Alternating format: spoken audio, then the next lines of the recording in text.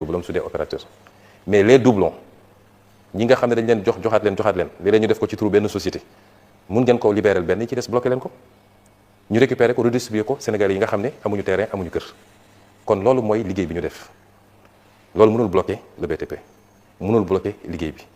peut-être que dafa am un ensemble li woo ko BTP moo xuri ñeneen ñi mooy on a hérité d'une situation économique extrêmement délicate le programme avec le FMI est suspendu parce que fii loo fi mënti wax tamit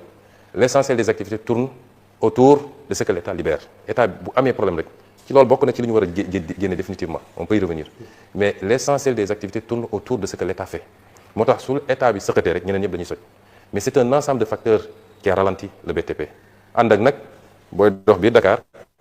di nga gis ni BTP mi ngi continuer man de fi ma dëkk cité Kër Gorgui bi ma fa delluwaatee commencé circuler li may gis yëpp dama naan di ci 2 ans yi la fi jot ay R+10 ak R+13 rek laay gis donc loolu mënul bloquer durablement le secteur du BTP et si c'était à refaire on le referait parce que dafa am loo xam ne faire l'État sur le passif la mais ensuite poser des actes pour que plus jamais loolu amati parce que au-delà de ces aspects-là mais le foncier est une bombe sociale soo demee tribunal l'essentiel li ëpp ci contentieux yi ci foncier bi la et c'est une bombe à retardement gis nañu fii en 2023 mais ay xeex yu métti am na ci foncier bi ba bakkan rot ci fii à Ngor ci benn morceau de terrain man bi ma egsee en tant que premier ministre j'ai dit restituer ce terrain là à la communauté de Ngor puisque école lañu fa bëgg a def collège et on trouve un autre local un autre lieu pour la gendarmerie il y a beaucoup de conflits fonciers yoo xam ne on aurait pu les désactiver bu ñu respecter woon juste la réglementation donc il fallait vider le passif mais il fallait faire de sorte que loolu dootul amati Sénégal et c'est important et si vous avez vu ce qui s'est passé à Mbour 4 Ville Nouvelle Bande des Filao Guédiawaye bi les lotissements de Dakar le littoral bi ça fait partie dina bokk ci commission d'enquête parlementaire yi littoral bi gis nga am na benn zone bu nekk fii wetu clinique bi nekk ci corniche bi comment ça s'appelle la clinique c'est pas Bellevue soo demee ba wetu Mermoz il y a une clinique booy wàcc noonu ci contrebas bi en face la maison de Senghor vous allez voir benn bayal bu mag bu nekk foofu je l'ai fait bloquer parce que dañ ko tongtonge et moi j'ai considéré que loolu il faut restituer ça aux Sénégalais ils ont besoin les Dakarois ont besoin d'avoir des espaces il faut que ñu aménager ko mu doon un espace récréatif conditions yi ñu ko tongtonge respecté wuñu la loi à la base da nga gis ku ñu defal titre foncier directement bàyyi titre foncier alors que tegagul une brique pour nga remonter ba gis ban CCOD moo ko def ça c'est quelquefois très difficile yu mel noonu bëri na ci et si c'est à refaire je le referai 1000 fois parce que réew dafa war a dox ci ñaar benn bi mooy ñu respecter les lois qu'on a votées ñaareel mooy lu ñuy def nañu xam ne nous sommes 17 millions de Sénégalais accaparement ak i moom ñenn ñi parce que jege nga kilifa politique wala sax prête non kilifa politique nga ñoom ñooy jël lépp wër nag di ko jaayaat da ngay gis ku ñu jox gratuitement mu bàyyi mu am ay rabatteur ñu génneel ko léegi mu jaay à 70 millions 100 millions boo ci defee 10 terrains am nga pratiquement 1 milliard et ça pose problème. et dañu ñëw ci fonds politique ou fonds spéciaux ça occupe le débat depuis ay weer wala sax ay at a ngi nii parce que Ousmane Sonko opposant ci benn déclaration wax na ci fonds politique dafa xaram benn nit waru ko jëfandikoo ba jël exemple jaaykatu gerte caaf bi nga xam ne dërëmam ak ñaar dërëmam moom la ñu dajale mu nekk fonds politiques et spéciaux Ousmane Sonko bi mu nekkee premier ministre ci ab déclaration aussi ñëw nga ci fonds politique yooyu nga xam ne yenn saa yi am tuuma yu jóge ci nit ñi dem ci yow que dem sax ba ne xëy na bu ñu tuddee yenn somme yi jëmale ko ci yow daa dem ba kalaame leen ak yoon bi ci mujj mooy dernière fois bi nga xam ne ci nga nekkoon premier ministre bi ñuy def question d'actualité à l'Assemblée nationale nga ñëw ci lim bi nga am ci wàllu ko fonds yooyu nga xam ne moom lañ la jagleel mu toll ci 1 milliard 770 millions de francs CFA ndax yow yaay premier ministre bu Sénégal bu njëkk a am fonds politique ak ndax primature dana ko jagleel fonds politique yooyu wala ay fonds politiques ou spéciaux yi dafay jóge ci li ñu jagleel présidence de la République. jërëjëf je crois que laaj bu am solo la et nous allons livrer un exercice de vérité parce que dafa am loo xam ne askan wi ko moom Sénégal dafa am nu ñu bindoo boo waxee rek ñu ne non du homme d'état warul génne li warul génne la dafa am ñaari principe yu am solo mooy alal gi moomu ma ko président moomu ko député yi moomuñu ko sëñ Moustapha moomu ko alalu askanu Sénégal la dama fàttali keroog ci màggal gi benn wax bu sëñ Cheikh Gaynde Fatma waxoon ni nit ñi da ngay jël ci ñoom li ñu mën mais dugal ko fi ñu xam loolu transparence weesu loolu et c'est ça le budget de l'État le budget de l'État ci Sénégal yi la ñuy jëlee seen l'impôt loolu il faut Sénégalais yëpp xam ko c'est Sénégalais ñenn ci ñun ñàkk a xam état moo tax dañu jàpp ni buur moom moo tax dama naan toujours suñu sociologue yi am nañu liggéey terme buur dañ ko fi war a bannir parce que un président n'est pas un buur du dem élection buur du daggaan kàddu askan wi buur dooleem lay am jël toog fi ba kenn ëpp ko doole jëlee ko fi donc ñun république la ñu nekk dañuy fay l'impôt assemblée nationale mooy consentir l'impôt dafa am le consentement de l'impôt et le consentement à l'impôt ñaar yooyu bokkul. assemblée mooy consentir l'impôt consentement de l'impôt assemblée la mooy chaque année ñu wote ne autorisé nañu gouvernement mu lever tant ci impôt impôt yi taxe indirecte lii la taxe spécifique lii la taxe directe yi lii la impôt foncier lii la ba ci jaaykatu caax bi nga wax noonu nga xam ne bu jaayee ba ngoon am 1500 dugg jënd ceeb suukar pour dem sombil waa këram laaj nañ ko ci TVA te xam ko xale bi étudiant bi dem jëndi carte crédit 1000 francs pour recharger laaj nañ ko ci TVA te xam ko te li ëpp ci impôt bi mooy li ñuy wax l'impôt indolore parce que c'est un impôt indirect mooy TVA les impôts directs suñu la andilee kayit ne la da nga war a fay tant impôt foncier di nga ko yëg wala suñu la daggalee ci sa bulletin de salaire yéen ñëpp salaire ngeen di nga ko yëg mais am na impôt boo xam bis bu ne nga fay ko te yëgoo ko te 80% presque suñu impôt ci loolu lay jóge kooku amul ko ci mucc yelwaankat bi sax mucc ci ndax bu yelwaanee ba ngoon su duggee jënd dara day fay l'impôt kon premier bi mooy laaj nit ñi li ñu mën mais dugal ko fi nit ñi xam loolu mooy transparence ñaareel bi mooy notion homme d'état ou femme d'état barki dem damay déglu benn vidéo bu sëñ Cheikh Tidiane si doon wax ne léeg-léeg dañuy wax ni waxu biir néeg waxu biir kenn du ko yóbbu ci penc ba mu ne waaw ndok ci bu mu dul mbirum penc mi mbir mu concerne penc mi yëpp lu concerne penc mi yëpp il faut ñu teg ko ci penc mi kon da nga laaj ci mbirum fonds spéciaux je crois que suñu jógee fii lu bëri dina leer ci chronologie bi nga laaj da nga laaj ndax damay wax d'abord fonds spéciaux fan la jógee ci suñu programme ñun suñu programme bi ñu duggee politique 2014 dañu commencé wax ci li jëm ci Sénégalais dañu doon wax caisse noire oui caisse noire li tax ñu ko wax caisse noire mooy lu kenn amul visibilité c'est noir dafa lëndëm fonds spéciaux li tax ñu naan caisse noire mooy yoon moo ne kenn du ko contrôler kenn du ci rendre compte kon dafa lëndëm bi ñu commencé politique la ñu ne lii du yoon xaw ma man démocratie bu tax ñuy wax démocratie boo xam ne am na 1 centime bu ne ci budget bi te kenn du ko contrôler amut ñu wax ko suñu programme commencé ko wax ci émission yi ku remonté samay émission bi ñuy door politique di nga ko fa gis bi may présenté sama livre en 2018 en tant que candidat fii place de l'Obélisque ñu laaj ma ci fonds spéciaux yi ma wax ci wax ji dañ koy dagg nag moom yow sax xam nga ko dagg tuuti yem ma ci ne xaraam na dama ne bu dee dañuy voter nit ay crédit nga am sañ-sañu def ci lu la neex te doo rendre compte bu la neexee nga jël ko jox ko say mbokk bu la neexee nga dugal ko ci néeg sotti pétrole taal loolu araam na parce que xaalisu jàmbur la mais bu dee nag dafa am ay secteur ci réew yoo xam ne yu sensible la xam nga doo espionner naan Sénégal bind na tant ci budget parce que day espionner un pays étranger réew moo gis am na ay services de renseignement partout dans le monde mais loolu doo ko bind ci budget am na xeetu ngànnaay yoo xam ne doo ko bind ci budget soo koy jënd loolu am na ci réew yu nekk mais dañ ko war a contrôler bu ñu ko contrôler dagan na bu ñu ko contrôler wul ci man aram na ma wax loolu ñu dem ba ma nekk candidat 2019 ci suñu programme ma bind ko ci lan la ñu bindoon dañu ne nous supprimerons les fonds dits politiques et les remplacerons par des fonds spéciaux votés à l'Assemblée nationale pour les opérations ultra sensibles telles que l'armement, les missions secrètes par exemple.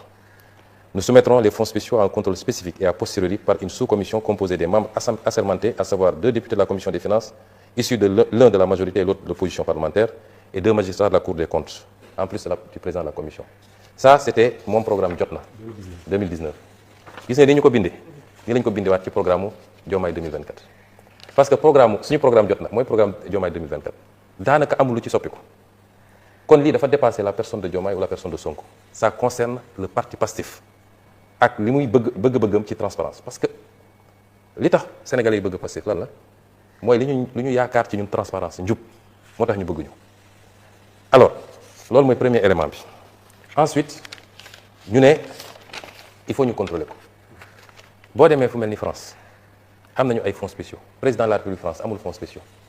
du gérer fonds spéciaux primature moo am fonds spéciaux en France ñoom bi ñu doxee ba ci yàgg dañ ne mënuñu jël et le premier ministre ne gère même pas les fonds spéciaux c'est son secrétaire général qui gère les fonds spéciaux en réalité mais ñoom bi ñu demee ba 2021 seen loi de finances rectificative 2021 dañu dugal article 154 en France lan la ñu wax dañu les dépenses faites sur les fonds spéciaux inscrits au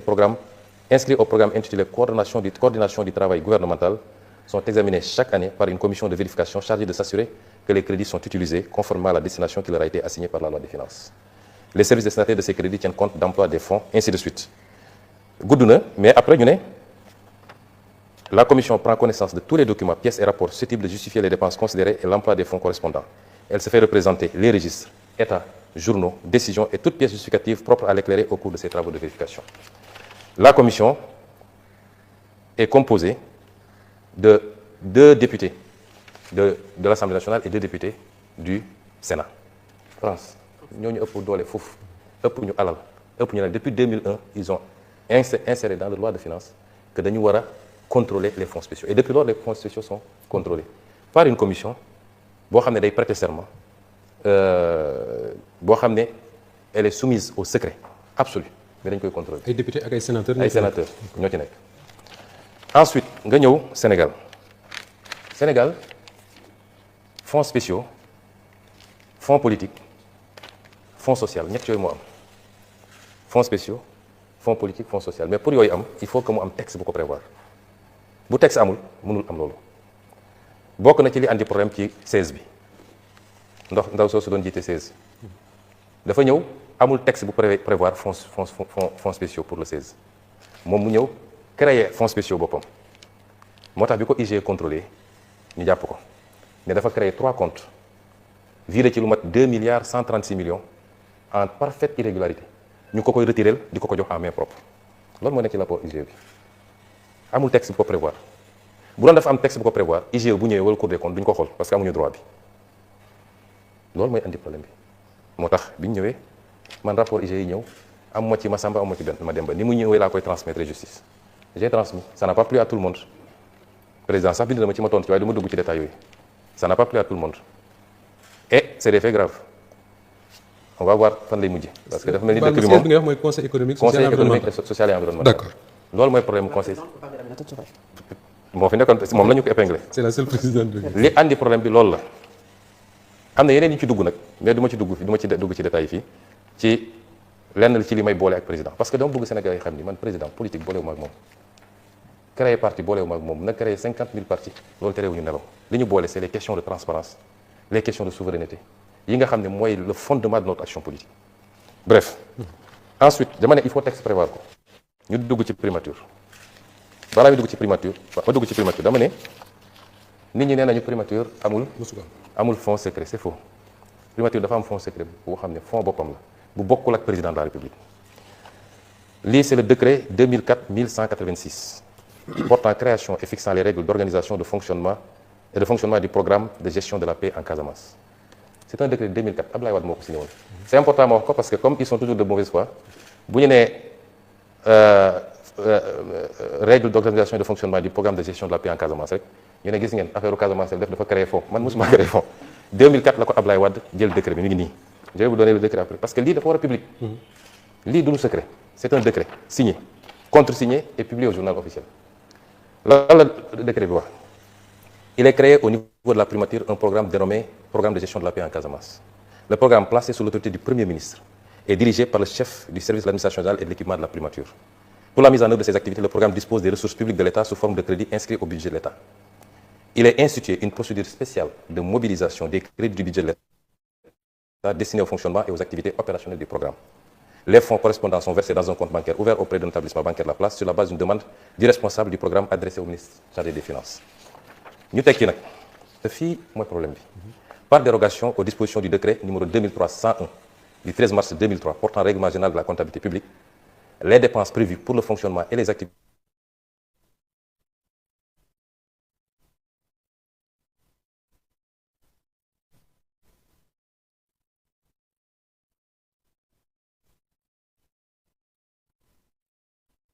opérances liées. Donc ñi taxaw ñëpp ne primature amuñu fond xam nga mag war naa moytu di wax lu mu xamul xam naa nag ay nit la ni manipuler di leen info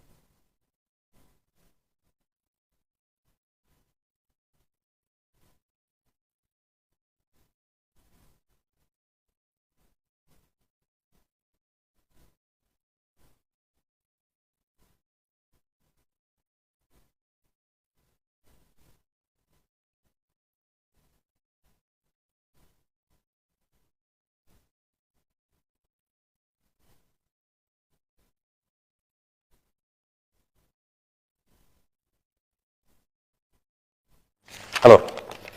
ñu ne léegi ni mu amee primature la amee présidence de la République lan mooy fonds la présidence de la République a un fonds de 7 milliards 956 millions loolu ñu nëbb Sénégal dañu ko war a xam 7 milliards 956 millions 296 mille 2024 fonds bi egg na 11 milliards et quelques 2024 waaw lan moo ko waral mooy bi ñu yegsee président dafa ne bi mu ñëwee fekk na ki ko fi jiitu woon vidé fonds bi yëpp kon moom fekku fi fonds lu mel noonu am na primature te dinaa ci ñëw loolu tax li assemblée nationale proposé am solo bañ yu mel nii amati mooy nañu xam fonds bi fan la dugg donte une commission restreinte et secrète qui prête serment moo koy vérifier mais ñu bañ a may nit ñu ne jox nañ la 7 milliards wala 3 milliards wala 2 milliards nga mën koo vider nu mu la neexee yow dem politiquer ko wala jënd ci say immeuble looy demee noonu loolu moo tax li ñu proposé am solo ñu ne 2024 bi ñu ñëwee ne nañ fekk ñu fi dara te foog président am ay fonds ma préciser aussi que ñun waxuñu fonds warul am dafa war a am dama gëm sax dañ ko war a yokk mais na transparent rek ñaar yooyu bokkul fonds bi dafa war a am muy fonds sociaux yi muy fonds à vocation sociale muy les fonds secrets parce que ma jox la ay misaal yu ndaw les autorités sont saisies régulièrement mais naa ci dellu si après ci ay cas sociaux yoo xam ne mën na laaj intervention am na nu ñu ko mën a organiser nag ba doon affaire président de la République wala affaire premier ministre parce qu'on a un ministère dédié en réalité et c'est pourquoi ma préciser ko aussi cette loi qui a été proposée sur les fonds sociaux il y a une deuxième loi qui est sur ma table dama bañoon embouteillage am boobu c'est sur bi ñu proposé pour les fonds secrets am na une deuxième loi pour les fonds spéciaux les fonds sociaux du moins am na une deuxième proposition boo xam ne certainement d'ici semaine prochaine bureau assemblée nationale dina ko examiner donc présidence am na ay fonds primature am ay fonds mun naa la jox les fonds de la primature 2012 ba tey ji ñu ne amul woon 2012 il y a eu 2 milliards 960 millions sur l'année 2013 1 milliard 930 2014 540 millions 2015 2 milliards 028 2016 2 milliards 772 2016 2017 2 milliards 502 2018 2 milliards 190 2019 2 milliards 061 te boobu supprimé woon nañu primature su ngeen fàttali ko mais secrétaire général du gouvernement lañ doon affecté les fonds te dina am beneen incongruité bu may andi 2020 foofu la am lu bizarre parce que 2020 daanaka egg nañu 5 milliards 745 millions 2020 2021 1 milliard 450 2022 1 milliard 225 2023 1 milliard 122 2024 man li ma concerné c'est 1 milliard 150 millions mais dama ñëw sama DAGE bi ñëw ne ma fekk fa ab DAGE ma ne gars yi utal leen ma DAGE bu jub bu gëm yàlla may ut ba am koo xam ne am naa yaakaar ci moom ma andi ko nommé ko ñu toog tuuti mu ñëw gis ma ne ma y a un problème ma ne quoi mu ne ma entre mars et avril ils ont pompé plus de 3 milliards ci compte fonds spéciaux primature bi. mars avril boobu ñu ngi ci jëm ci période électorale. juste avant. Oui. Et juste après. juste après. ma ne ko woowal DAGE bi fi ne woon nga laaj ko mu woo ko DAGE bi ne ko demandez à votre actuel ministre des finances muy Cheikh Diba ma jël sama téléphone woo Cheikh Diba ne ko lii gis naa ni pompé nañ lu mat 3 milliards et quelque te loolu ëpp na dotation compte bi sax bi ñu laajee waa ji nee na ñu laaj la yow li tax nag mu ne ñu laaj la xaw ma ko mais je veux qu'on me fasse le point sur ça parce qu'il faut qu'on me dise fan la xaalis bi dugg ba may génn primature ils m'ont pas dit fan la xaalis bi dugg ci 2024 bi 2025 on a 2 milliards 090 millions et enfin 2026 1 milliard 870 millions léegi ñu wax ni Sonko dafa def ba demande de relance. Je vais vous dire ce qui s'est passé après je vais vous dire comment j'ai géré ce fonds centime par centime donte fonds bi li ma leen wax aw ma obligation justifier ko liiral naa leen mais bi ñu toogee fin 2025 on s'est rendu compte qu'il y a des problèmes qu'il fallait régler parce que man j'ai jamais pris un franc de ce compte ni pour moi ni pour mon parti ni pour ma famille ni pour mes amis musuma laal compte bi musuma DAGE bi mu ñëwee dama ko njëkk ne compte bi réclamé naa texte yi ministre des finances envoyé na ma la justification le décret yow sa bopp andi nga ma décret waaye bu amul contrôle nit ñi am na contrôle yàlla parce que c'est l'argent des Sénégalais première règle ne me remets jamais de l'argent je ne toucherai jamais de l'argent moi parce que compte yëpp ni ñu ko doon fonctionner mooy premier ministre fa ne wala président assemblée fii fonds sociaux la am amul ay fonds secrets dañuy yëkkati un montant chaque mois jox ko moom nag mu xool nu mu koy kii su soxlaatee ne jox leen ma ne ko je ne toucherai jamais un franc bul mës a ñëw ne ma 10 millions ngi nii wala 20 millions ci chaque teel lu ñu war a def na am traçabilité ba ci les dépenses sociales dama ko ne bul mës a jox xaalis nit bu dee ordonnance na andi ordonnance bi nga yónnee ñu dem jëndi ko pharmacie bu dee ku feebar tëdd hôpital nañ la andil facture bi nga dem fay directement ci hôpital wala ci clinique ba bu dee ku ñu war a génne ci loyam na la agence bi envoyé nañ la andil commandement agence bi nga dem fay parce que nous sommes tous sénégalais. nit mun na créer dossier médical fekk dara jotu ko. nit mun na feebar sax nga jox ko xaalis liquide mu dem régler ko leneen continuer ak feebaram ma instaurer des lois bi ñu demee ba fin mi 2025 ñu gis ni y a des gaps ma bind ma ne le secrétaire général du gouvernement ma ne ko bindal le ministre des finances nga ne ko dañoo soxla ñu yokkal ñu parce qu'il y a des urgences. Les urgences c'est quoi? La primature est confrontée à un certain nombre de dépenses dont la prise en charge nécessite inscription dans la prochaine loi de finances rectificative. Ces dépenses doivent couvrir 940 560 000 destinés à l'acquisition de véhicules auprès de l'Office national de recouvrement des avoirs. Parce que dama toog bi ma ñëwee primature ba bi ma fay jógee daanaka jënd may oto ñun ay épave lañ fa fekk ay oto yu màgget parce que bi ñu supprimer primature tout le bâtiment de la primature dañ ko tasaare woon man bi ma ñëwee affaire étrangère ñoo ma jox oto bi ma doon circuler sama waa sécurité damay génn ak ñoom di dem Touba wala dem fii ñu paan ci autorité la Touba bi ñu wax ma leen du ma jënd oto parce que la situation du pays ne le permet pas ma toog ñu ne ma ONRAC l'Office national de recouvrement des avoirs criminels am na ay oto yu ñu saisir yu bëri yu bees tàq dañ koy jaay te oto bi ci nekk presque moitié prix lañ koy jaayee ma ne loolu c'est intéressant parce que yàgg ma ne man daal xaalis biens yi ñu nangu ci ay nit dama ko xaw a seexlu mu dellu si ne ma yow ñun bu ñu ko jëndul keneen na koy jënd rek ma def calcul bu gàtt ma ne bien bi su ma ko jëndee permettre naa état am ay véhicules mais xaalis bi delloo naa ko ci état parce que ONRAC bu ko jëlee trésor public la koy delloo muy un montant de 940 millions pour 27 véhicules neufs des 4x4 mun naa la génneel cotation auto bu nekk mi ngi nii boo xam ne ONRAC moo ko def ma ne léegi passer par les procédures ba ñu am li ñu war a am yépp ils sont passés par les procédures ñu am délibération conseil d'administration ONRAC bi ñu notifié ñu ko ci la ñuy doog a jël auto yi pratiquement bi may jógee primature la ñuy livré auto yi jotuma ko sax séddale muy 940 millions. Ensuite 87 millions pour la couverture budgétaire du marché relatif à l'évaluation et l'audit technique et financier du programme décennal de gestion des inondations. 100 millions liés à la prise en charge des activités du comité de commémoration du massacre des tirailleurs sénégalais de Thiaroye 44. Et enfin 300 millions destinés aux travaux de remise aux normes du building administratif dans le cadre des dépenses liées au dédouanement et à l'installation de certains équipements. boobu amoon nañu fi sax début d'incendie encore fii ci building bi yàggula ñu ne ñu il faut ñu terminer liggéey bi parce que gis ngeen conditions yi ñu ko récupérer. C'est ça li ñu demandé augmentation amu ci dërëm boo xam ne te lépp ay facture la bu ñu jógee ci loolu ma wax leen léegi les fonds de la primature dama wax le DAGE ma ne ko 15 bu ñuy génne donte kenn du ko contrôler dama bëgg mu am traçabilité tey je lance un défi dégg naa ay waa société civile ne on demande ñu wax ñu rendre public fonds wu primature pourquoi commencé wuñ ci présidence de la république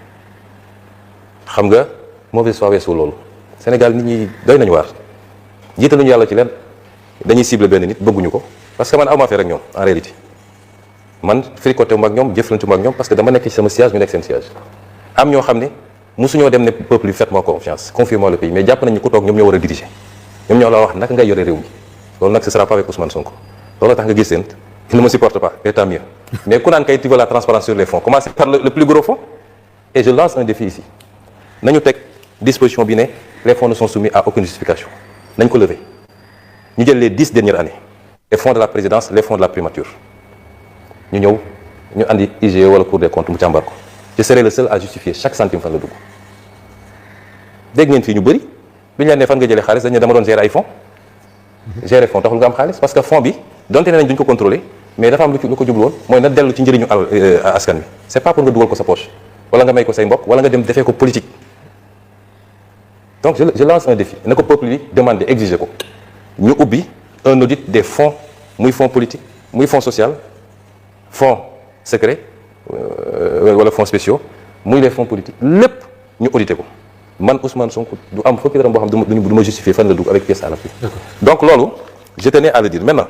c'est une opportunité ma wax ko fii peuple sénégalais moo war a réclamer parce que débat bi day am ñoo xam ne dafa mel ni ñoom moom Sénégal quelques membres de la société civile quelques politiques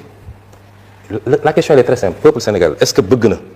ñu continuer di jox ay nit xaalis boo xam ne kenn du ko justifier wala bëgg ko moom président de la république moo taxaw fii ne dañu war a contrôler les fonds secrets tey muy ñëw di invoquer ay c'est du domaine du règlement ay on va me priver de ceci déedéet bu dee transparence rek moo ko tax a jóg la loi bi député yi dugal fii dañu ne fonds bi warul financer activité politique warul financer enrichissement personnel li tax fonds bi jóg nañ koy male ci loolu loolu kan la mën a gêner tout le monde devait applaudir ma daaneel nag ci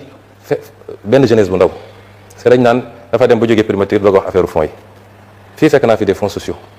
qu'on est en train d'encadrer El Malick Ndiaye avait déjà encadré parce que bu njëkk bi weer wu ne dañ doon génnee ci liñ ma expliqué